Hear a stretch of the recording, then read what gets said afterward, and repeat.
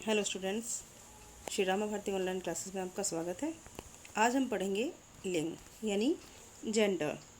अंग्रेज़ी भाषा में आपने इसे जेंडर के रूप में पढ़ा होगा। आई होप आपको पहले से भी पता होगा इसके बारे में। ठीक है, तो ये चैप्टर 7 है लिंग। देखिए एक बार ध्यान से, इन चित्रों को देखिए और उनके नीचे दिए गए वाक्यों को पढ़िए। गायक गाना गा रहा है, गायिका गाना गा रही है। अब यहाँ गायक और गायिका में क्या अंतर है? अब देखिए उपर्युक्त वाक्यों में गायक शब्द से क्या हो रहा है? पुरुष जाति का बोध हो रहा है। और गायिका शब्द से स्त्री जाति का बोध होता है। तो लिंग का अर्थ है पहचान, मतलब इस शब्द से यह पहचान हो रही है कि ये पुरुष है और इस शब्द से यह पहचान हो रही है कि ये स्त्री है। राइट, तो मतलब क्या हुआ? तो लिंग का अर्थ है पहचान। शब्द के जिस रूप से यह पता चले कि वह पुरुष जाति का है या स्त्री जाति का, उसे ही हम क्या कहते हैं? लिंग। राइट, हिंदी में लिंग दो प्रकार के होते हैं, पुल्लिंग और स्त्रीलिंग। पुल्लिंग शब्द कौन से होते हैं? जो शब्द पुरुष जाति का बोध कराते हैं वे पुल्लिंग होते हैं, और जो शब्द स्त्री जाति का बोध कराते हैं वो स्त्रीलिंग होते हैं।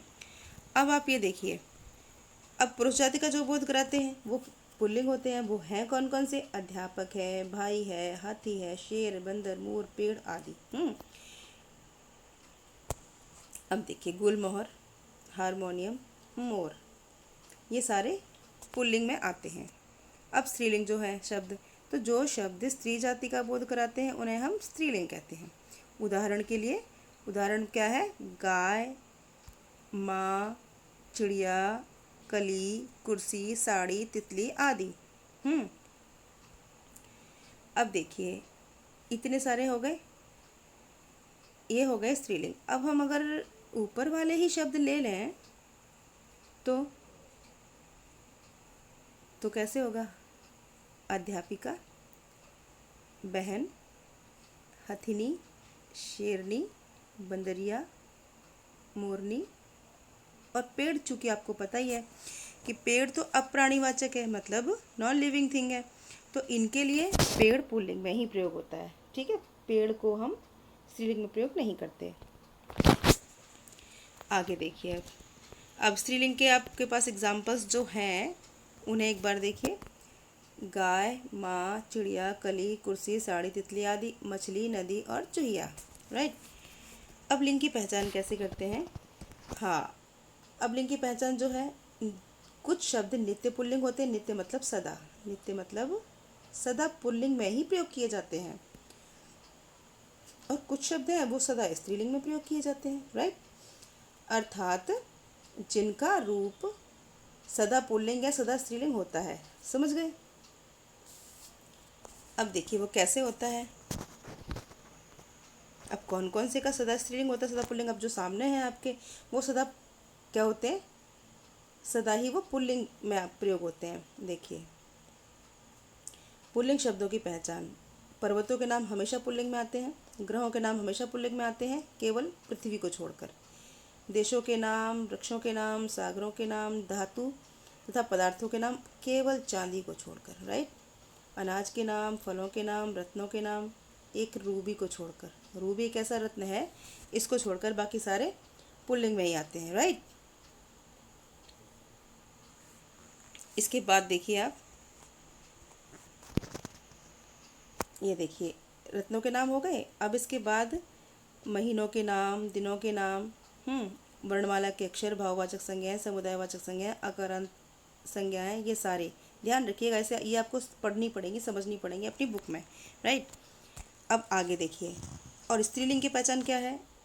जो हमेशा ही स्त्रीलिंग होते हैं। नदियों के नाम सदा स्त्रीलिंग, भाषाओं के नाम सदा स्त्रीलिंग और लिपियों के नाम, बर्तनों के नाम, मसालों के नाम, बेलों के नाम, तिथियों के नाम, हथियारों के नाम। राइट, ठीक है, बेलों के नाम, तिथियों के नाम, हथियारों के नाम। हाँ, अकारांत, इकारांत तथा उकारांत संज्ञाएं, मतलब जो अकारांत का मतलब है बड़े अ से जिनका अंत हो, जैसे दया है, कृपा है, अहिंसा है। और इकारांत मतलब जिसका छोटी ई की मात्रा से अंत हो, अग्नि, शांति। और उकारांत जिसका छोटे ऊ से अंत हो, जैसे मृत्यु, ऋतु, वायु आदि। मौसम के नाम, गर्मी, सर्दी, बरसात, ये सदा ही स्त्रीलिंग में प्रयोग किए जाते हैं। राइट,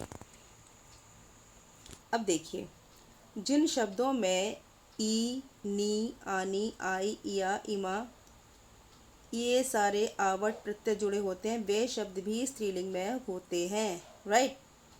वे शब्द किस में होते हैं? स्त्रीलिंग में होते हैं ये सारे। ये एग्जाम्पल्स दिए गए, आप इनको रीड आउट कर लीजिएगा। खिड़की, चिड़की, सर्दी, गर्मी, चटनी, मंगनी, कंपनी, कटाई, मलाई, जुदाई, गुड़िया, पुड़िया, बुढ़िया इत्यादि आप देख लीजिएगा ध्यान से, राइट।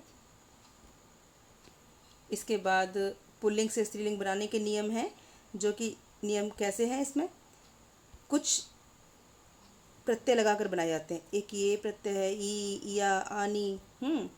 आगे भी है, देखिए आगे कौन कौन से प्रत्यय हैं? आय, नी, आ, और ऊपर एक प्रत्यय और था, आ, ठीक है।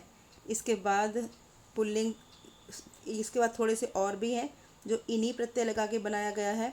इन्हीं प्रत्यय ऊपर गया, मति, वती, ताकोत्री, ये सभी कैसे बनाए गए हैं? प्रत्यय को जोड़कर। कैसे बनाए गए हैं? प्रत्यय को जोड़कर, राइट।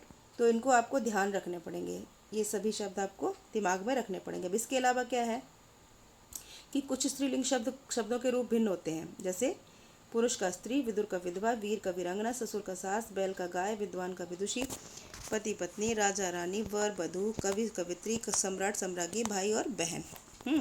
और कुछ पुल्लिंग तथा स्त्रीलिंग शब्द क्रमशः नर मादा जोड़कर बनाए जाते हैं। जो आपको पता है ना कि जो सदा ही स्त्रीलिंग होते हैं, जैसे चील है, गिलहरी है, भालू है, छिपकली है, ये पता है, ये जो है ये सारे के सारे स्त्रीलिंग हैं। ये सारे के सारे ये तो हैं सारे के सारे स्त्रीलिंग में, और ये सभी स्त्रीलिंग में प्रयोग किए जाते हैं बेटा, सभी स्त्रीलिंग में। लेकिन जब इन्हें नर लिखना पड़ता, जैसे पुल्लिंग में प्रयोग करना पड़ता है, तो नर गिलहरी या नर भालू। और ऐसे ही चील, कछुआ, मगरमच्छ, चील, कछुआ, ये मगरमच्छ में नर और मादा लगा करके, मादा मतलब स्त्रीलिंग, नर मतलब पुल्लिंग, ठीक है। तो कुछ शब्द स्त्रीलिंग तथा पुल्लिंग दोनों रूपों में प्रयोग किए जाते हैं, जैसे राष्ट्रपति, मुख्यमंत्री, चित्रकार, खिलाड़ी, पत्रकार, डॉक्टर आदि। ये चाहे औरत के लिए प्रयोग किए जाएँ, चाहे आदमी के लिए यानी पुरुष के लिए या स्त्री के किसी के लिए प्रयोग किए जाएँ, ये सेम रहते हैं, ये नहीं बदलते हैं। जैसे सचिन तेंदुलकर भारत के महान खिलाड़ी हैं, मेरा मित्र प्रसिद्ध डॉक्टर है। अब अगर सचिन तेंदुलकर के कोई स्त्री के का नाम लिख के भी आप कह सकते हैं वो भारत की महान खिलाड़ी हैं, खिलाड़ी सेम रहेगा। अब इस प्रकार से मेरा मित्र प्रसिद्ध डॉक्टर हो गया, भारत की प्रथम महिला राष्ट्रपति प्रतिभा पाटिल थी, और राहुल के पिताजी पत्रकार हैं, ठीक है। तो इस तरह से आपका ये पाठ संपूर्ण हुआ। अब इसमें अब तक हमने क्या सीखा वो ध्यान से देखिए एक बार। शब्द के जिस रूप से पता चले कि वह पुरुष जाति का है स्त्री जाति का, उसे लिंग कहते हैं। और हिंदी में लिंग दो प्रकार के होते हैं, पुल्लिंग और स्त्रीलिंग। कुछ शब्द नित्य पुल्लिंग होते हैं, कुछ शब्द नित्य स्त्रीलिंग होते हैं, राइट। तो आशा है आपको समझ में आ गया होगा, और अगले वीडियो में हम मिलते हैं अगले टॉपिक के साथ। अगला टॉपिक होगा वचन, right. Till then, good day, have a nice day all of you.